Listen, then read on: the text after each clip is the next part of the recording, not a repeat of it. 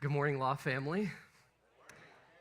I'm just really excited, really grateful to be able to open the scriptures together and to share a little bit of what God's been teaching me over the last couple years.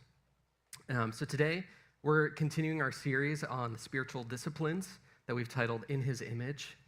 And so today, we're going to talk about the spiritual discipline of service. We're going to talk about what God tells us about being His servant. And we want to answer this big question, what does God's word tell us about being His servant? So I know that over the last couple years that Lauren and I have been a part of the LOFT family, and we've even talked about it a lot this morning. LOFT is a family full of servants. It's all hands on deck here, and not just on Sundays, but throughout the entire week. We're a church full of missionaries, campus ministers, teachers, and professionals where serving others is really integral into your daily life. And so I know that I don't have to tell you that serving and service is important because it's something that you do every single day. And so what I want to do this morning is kind of take service from this theme from a different perspective or a different angle that I think we usually do. Because I think for our community, the challenge around serving and service and the questions that we need to wrestle with are a little bit different than other communities might need to wrestle with. And so we're going to talk about that topic this morning of service.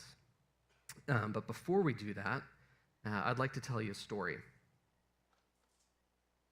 It was a week before his high school graduation when my brother received a phone call that would change the trajectory of his life. Earlier that year, he had enlisted into the Marine Corps, committing himself to serve our country in the Marines. And so this call was from his staff sergeant, who told him that there was an unexpected opening for the upcoming boot camp. But there was a catch. He had to leave that day to be able to go into the boot camp. Or, if he didn't take this opportunity, he had to wait several months till the fall to be a part of the next boot camp. So my brother faced a tough choice. Miss out walking on the stage at his graduation, high school graduation, or delay his entry into the Marines by months. So true to my brother's character, he didn't hesitate. He took that call to serve, and he knew that he needed to go right then and there. So on that morning, he went to high school for his last time, for the final time, knowing that it would be his last day. He said bye to his friends, bye to his teachers, and he went off to boot camp. And so at that time, Lauren and I were living in another state, and my dad called me to share this news that my brother had gone off to boot camp. And this news just, at that time, just rocked my world. It really stopped me in my tracks. You know, I knew that he had enlisted in the Marines, and I knew that this was like a part of his plan, but none of us knew that he would be leaving so quickly and so unexpectedly. And I didn't have the chance to say goodbye, give him a hug in person, and to say goodbye in a good way. And so as his big brother, as you can imagine, being protective of him, my mind immediately went to all these, the worst case scenarios. What if something bad happened to him in boot camp? Would he be okay?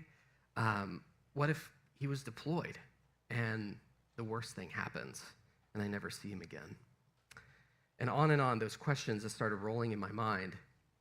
But it also sparked this interesting journey of researching more about our government, our military, and even the history of our country, brushing off some old high school history books, trying to really understand what is it that my brother what's the end goal of his service?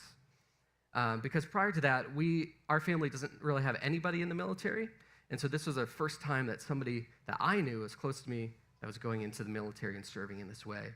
So now that I had, skin in the game, family serving in this way, when I watched the news and seeing these world events and things happening, it really affected me because now I knew that it could affect him.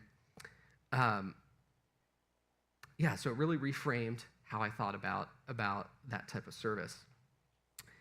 While that was happening, and while my brother was serving in this way and going into boot camp and in the Marines, Lauren and I were following a different type of service, a different call to service, a call to serve God overseas. And during that time, we were facing a little bit of our own challenges.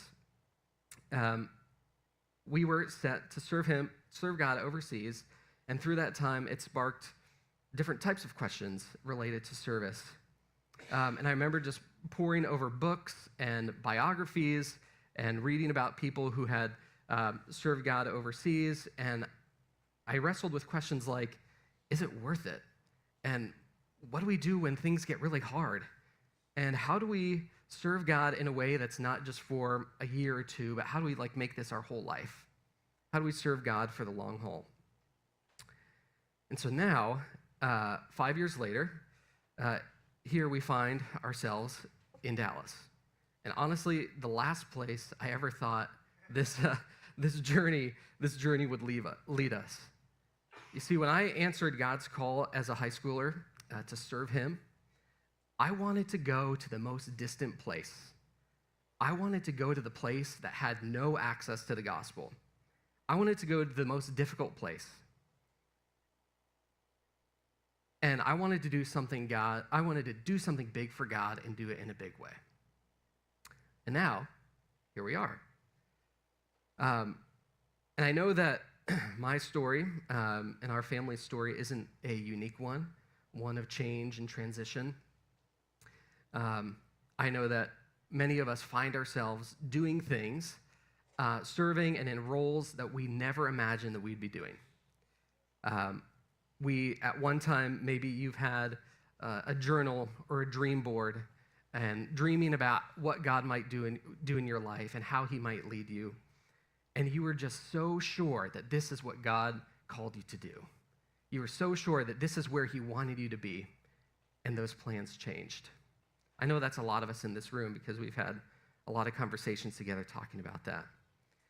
And so if that is you, I believe that God has something to share to us, and God has something to say to us through his word. His word can encourage us in these changes and transitions. So we'll frame our time by answering 4 questions related to the spiritual discipline of service. So first, we'll answer the question, what does it mean to be God's servant? Second, what is the temptation that often presents itself as we serve God? Third, how do we live this out? And finally, fourth, what do we do when service gets hard? When serving God doesn't go the way we planned? So what does it mean to be a servant? What's a temptation? How do we live it out?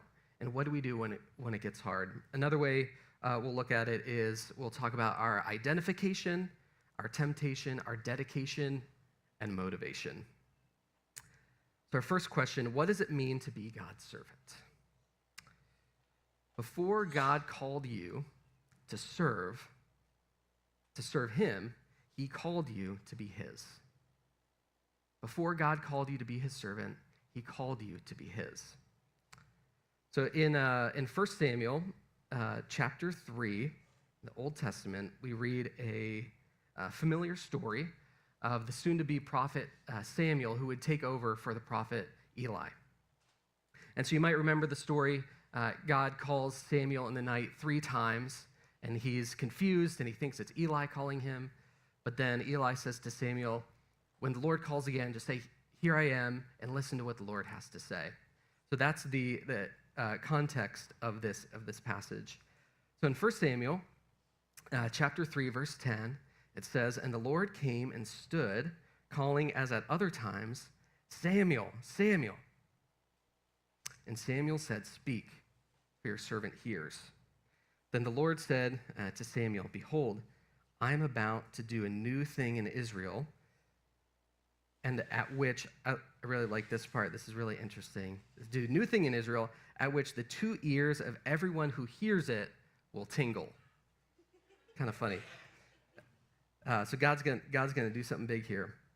On that day, I will fulfill against Eli all that I have spoken concerning his house from beginning to end, and I declare to him that I'm about to punish his house forever, and the iniquity that he knew, because his sons were blaspheming God, and Eli did not restrain them.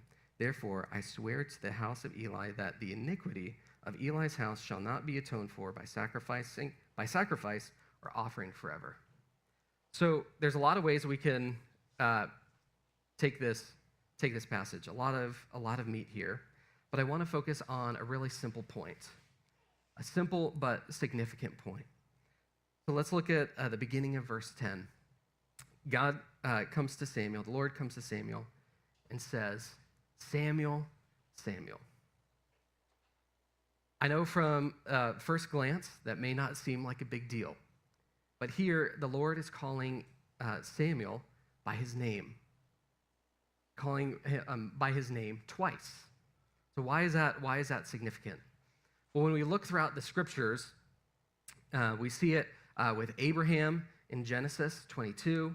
We see it in Genesis 46 with Jacob, and even with Moses at the burning bush, that whenever there's a point, a turning point in someone's life, God always calls their name twice. And in that, before there's ever given instructions, a command, or thing to do, God calls his followers, his servants, by their name twice.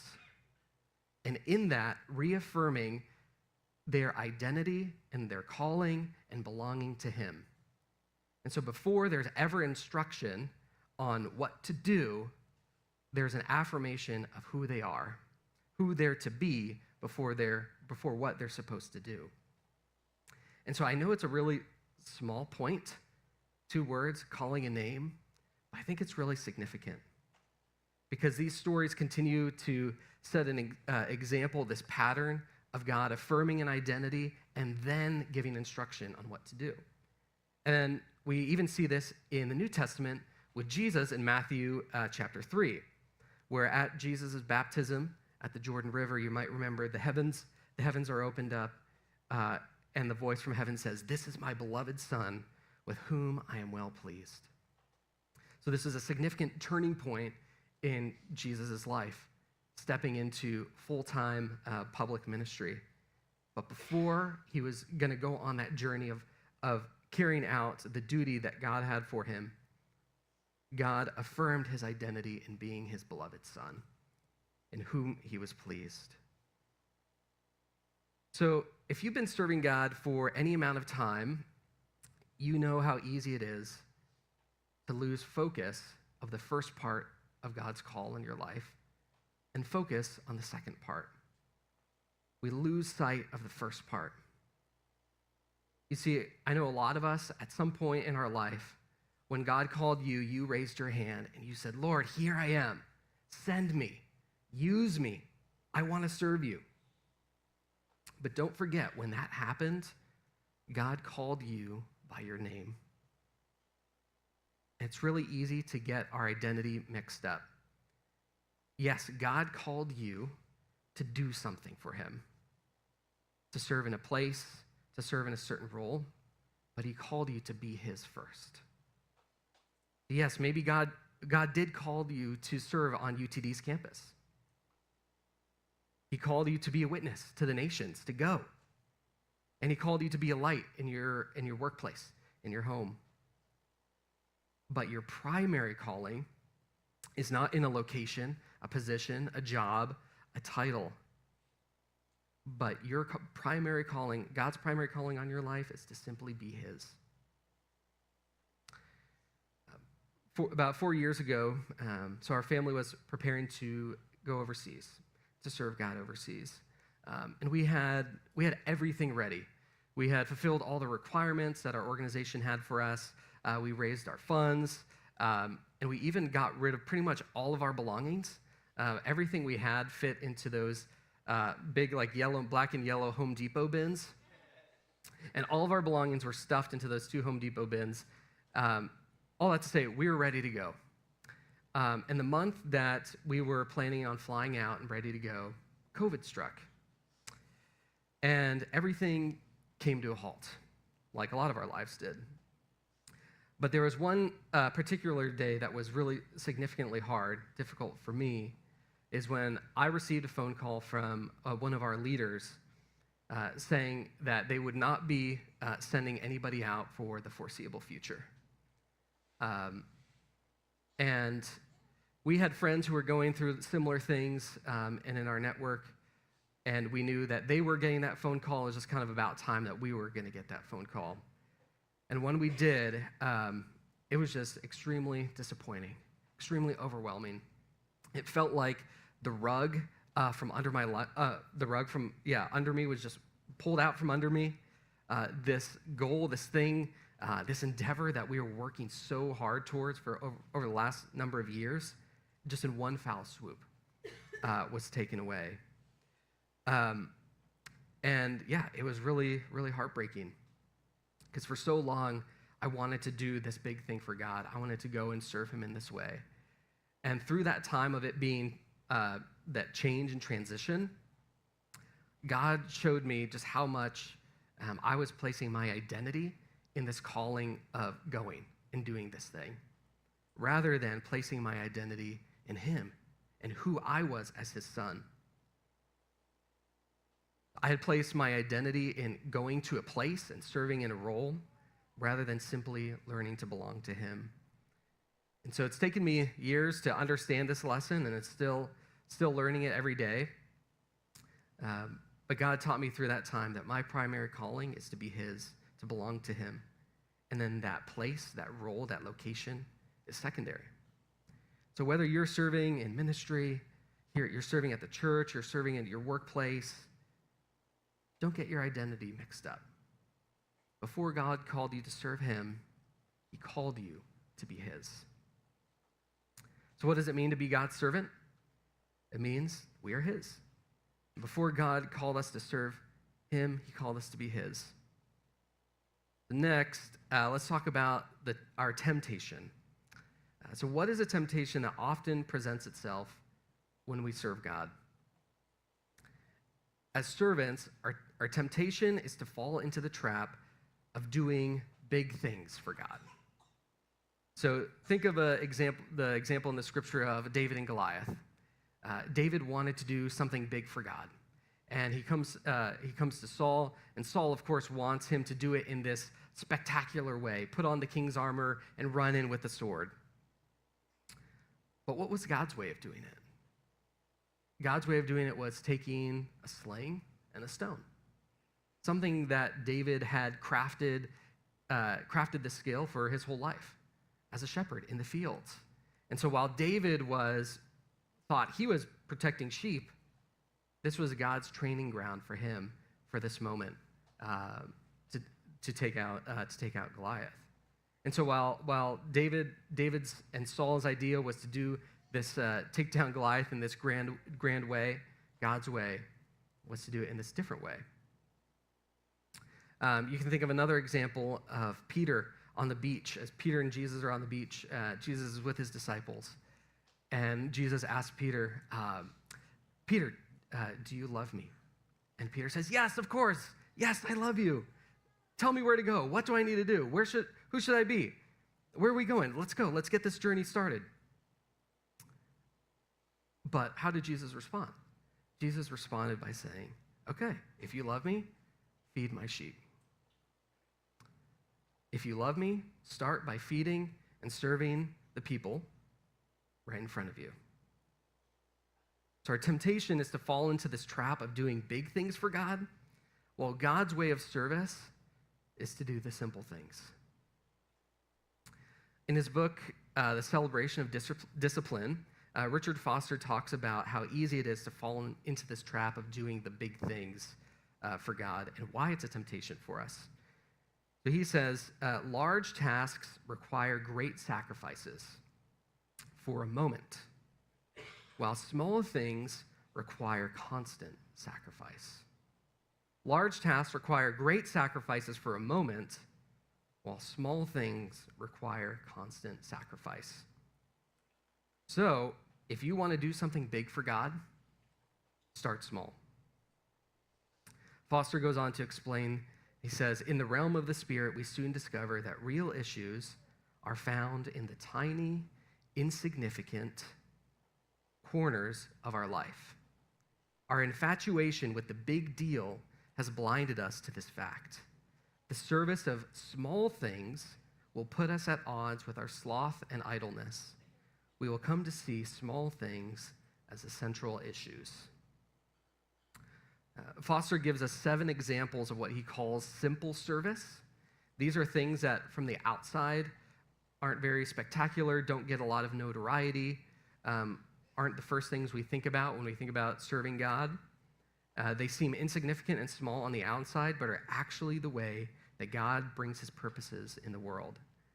So I would like to share these seven ideas with you, and I hope that some of these ideas will kind of get your mind turning on what it might look like for you to serve God in the small things. So first, there is the service of guarding the reputation of others, or Foster uses the word, the service of charity. So we can serve people by guarding the reputation of others through refraining from gossip and slander, choosing instead to protect others from harmful words.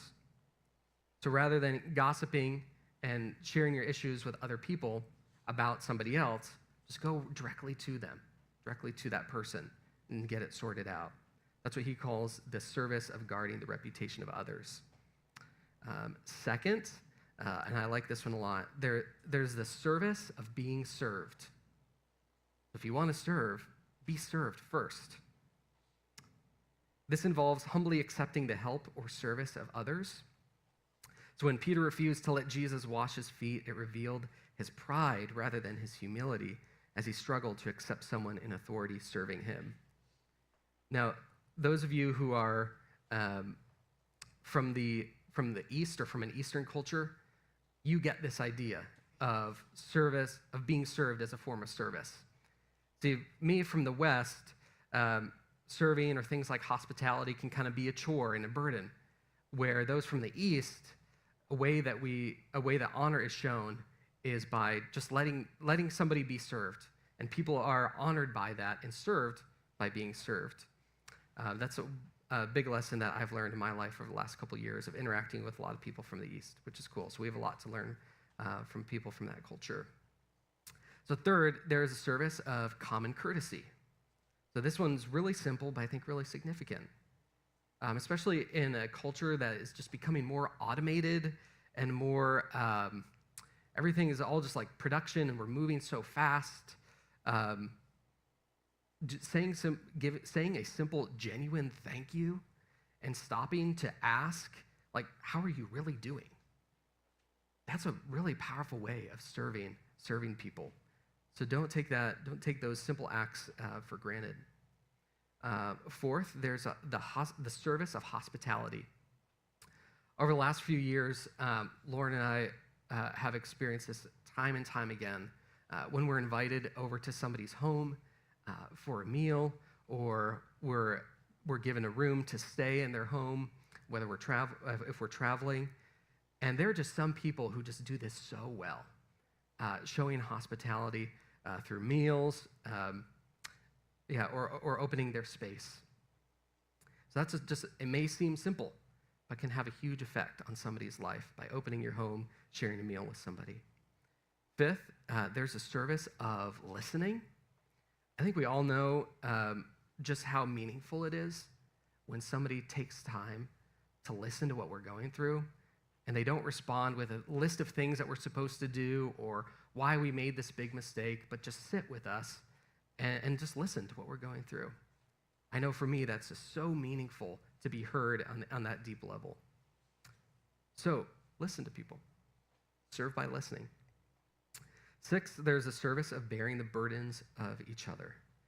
Bearing one another's burdens is about sharing in the hurts and sorrows of others, fulfilling the law of love.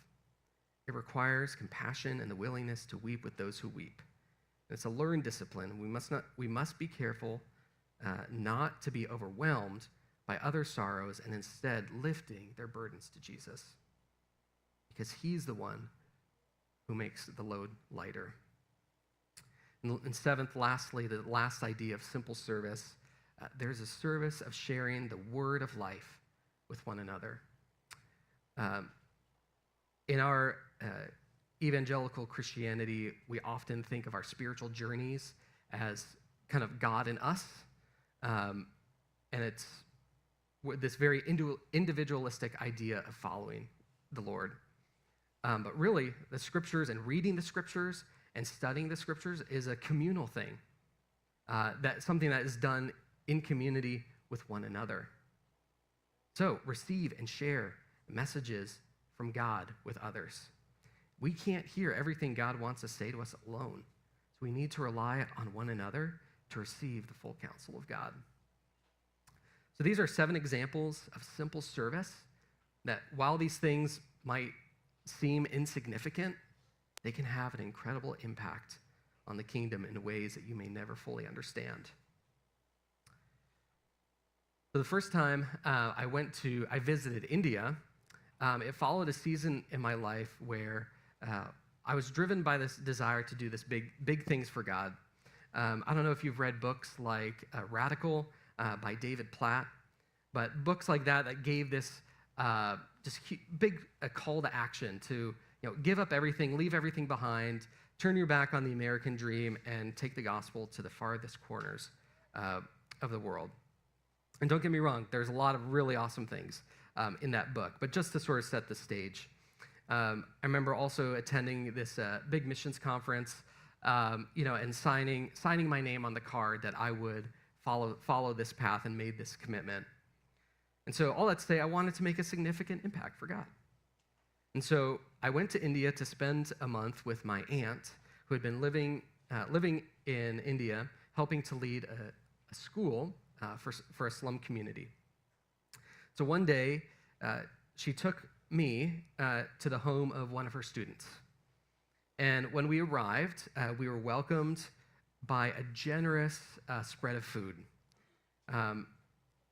And their home, was modest to say the least. It was probably a 10 by 10 space. They were built by cinder blocks and like a sheet metal and some tarps. So very, very modest home. And we spent the afternoon with them, praying for them, chatting, getting to know who they were, and eating. And as we ate, I noticed that the family didn't join us in the meal, that they stood while we sat and ate, and they just watched us eat. And at no point did any of the family members take any food. And I thought that was really, really strange. And so when we had left, I asked my aunt, why is it that they didn't eat with us? And she said, because it was their way of serving me. It was their way of showing hospitality, allowing me to sit and partake in the meal while they served me. She also went on to say that the food that we ate together was likely their food for the entire day. And rather than them eating, they gave it to us to eat. So as a college student who, by and large, was thinking mostly about himself, living a normal American life, it just hit me in a really deep way, this act of hospitality. I had never experienced hospitality in this way, and it really changed me on a deep level. And so out of my month trip to India, that was one of the top experiences, top stories that sticks with me to this day. So while you may feel like what you're doing is a small act of service, and it is, but these small acts are powerful ways God uses to change lives and bring about transformation. So keep serving God by doing the small things. So if our temptation is, as servants, is to focus on the big things, the answer then is to shift our focus to the small things. But how do we do this? So we've talked about our identification, we just talked about our temptation. Let's talk about our dedication. As God's servants, how do we live this out? We serve God not just by doing the small things, but doing the small things slowly. God's way of bringing growth, change, and transformation, while at times can happen in an instant. Life change can happen in an instant. But more often than not, God works through small, daily acts of obedience, service, and commitment, adding up over time slowly.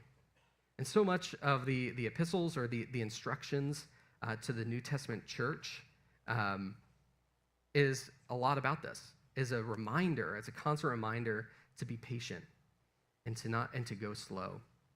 So Galatians 6:9 says, let's not be weary in doing good, for we will reap in due season if we don't give up. Colossians 1:10-11 encourages us to have great endurance and patience.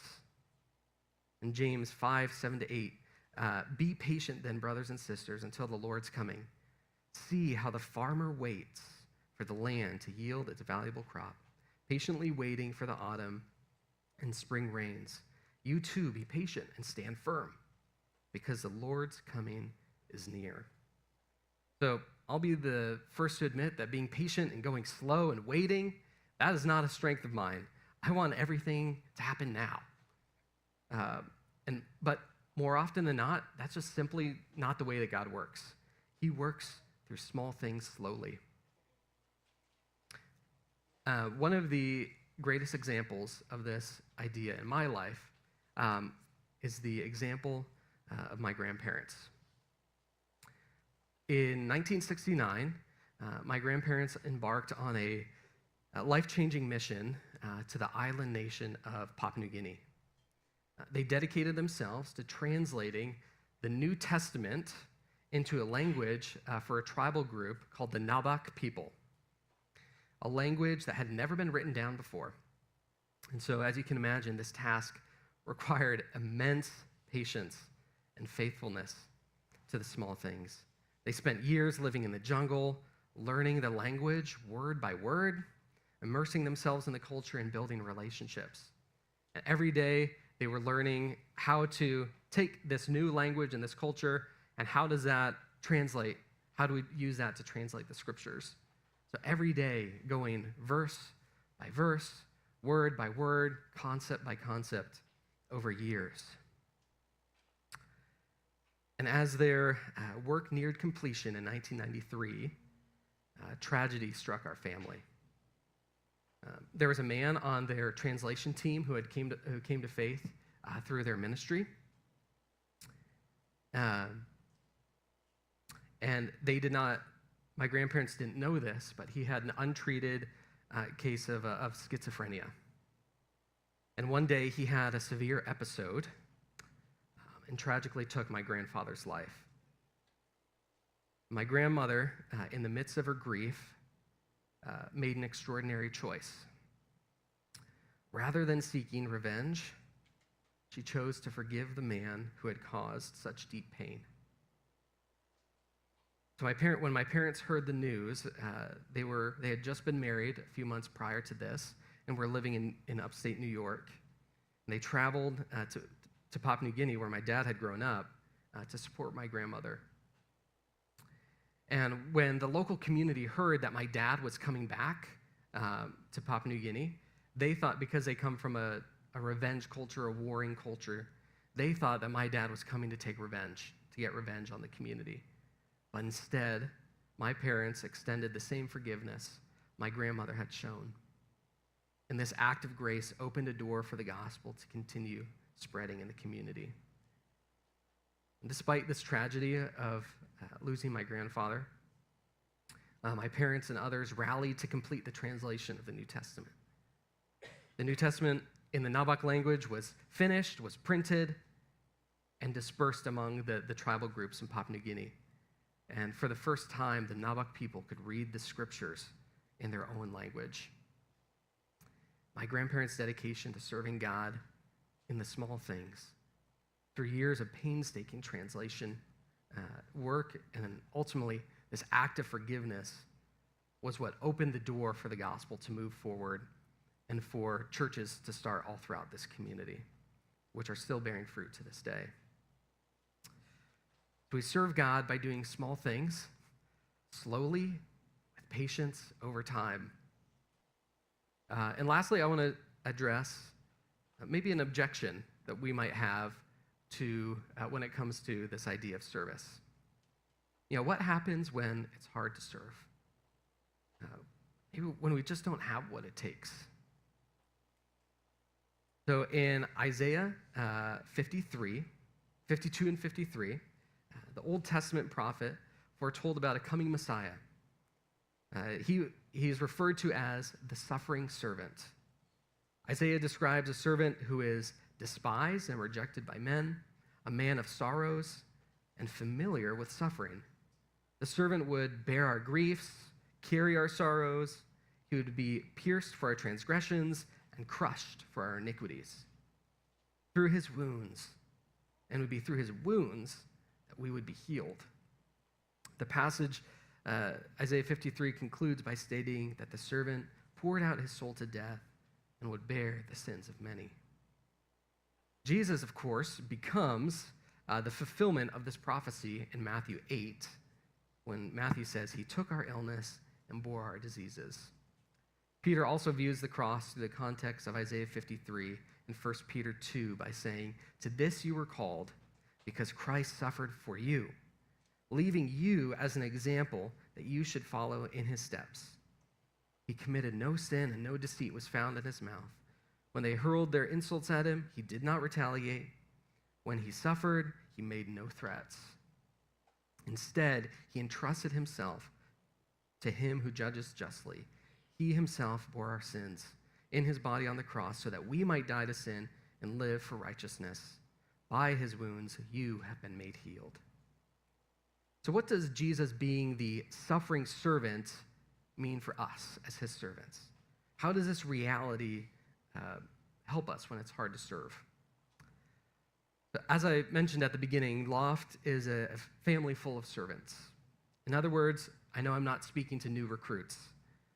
You all have war stories. I'm sure if we had the time, we could fill hours and hours of stories of things that didn't go the way that you thought. Stories of hurt, abandonment, abuse, manipulation, and rejection experienced while trying to serve God. And unfortunately, even from leaders, coworkers, and other believers. The good news is that in those places of hurt, Jesus is with you and can bring healing because he too was hurt, abandoned, abused, manipulated, and rejected, not by strangers, but those closest to him. Jesus is a servant who is acquainted with our grief and also has the power, even in death, to bring new life. So what do we do when it's hard to serve God? Be served by the suffering servant. What does it mean to be God's servant? It means that before God called you to serve him, he called you to be his. Small acts of service are the primary ways God uses to change lives and bring about transformation. Continue, keep serving God in the small things and serve him slowly with patience over time. And each step of the way, we have a servant, the true servant, who serves us, giving us the strength to serve him. There's a hymn titled, "He Giveth More Grace." I'd like to read that. "He giveth more grace as our burden grows greater. He sendeth more strength as our labors increase. To added affliction, he addeth his mercy. To multiply trials, he multiplies peace. When we have exhausted our store of endurance, when our strength has failed, ere the day is half done, when we reach the end of our hoarded resources, our Father's full giving is only begun. Fear not that thy need shall exceed his provision. Our God ever yearns his resources to share. Lean hard on the arm everlasting, availing. The Father, both thee and thy load will upbear. His love has no limits, his grace has no measure, his power no boundary known unto men. For out of his infinite riches in Jesus, he giveth and giveth, giveth again." We have a Savior who serves us. giving us the strength to serve him and do the things that he's called us to do. So now we're going to move into a time of communion where we reflect on this great sacrifice that he made. Communion reminds us that Jesus, the true servant, gave his life for what seemed a small and humble act, a meal with his disciples, followed by his sacrifice on the cross. Yet through this, he accomplished the greatest act of service the world has ever known. So now we're going to take some time to sit and just simply be served by Jesus.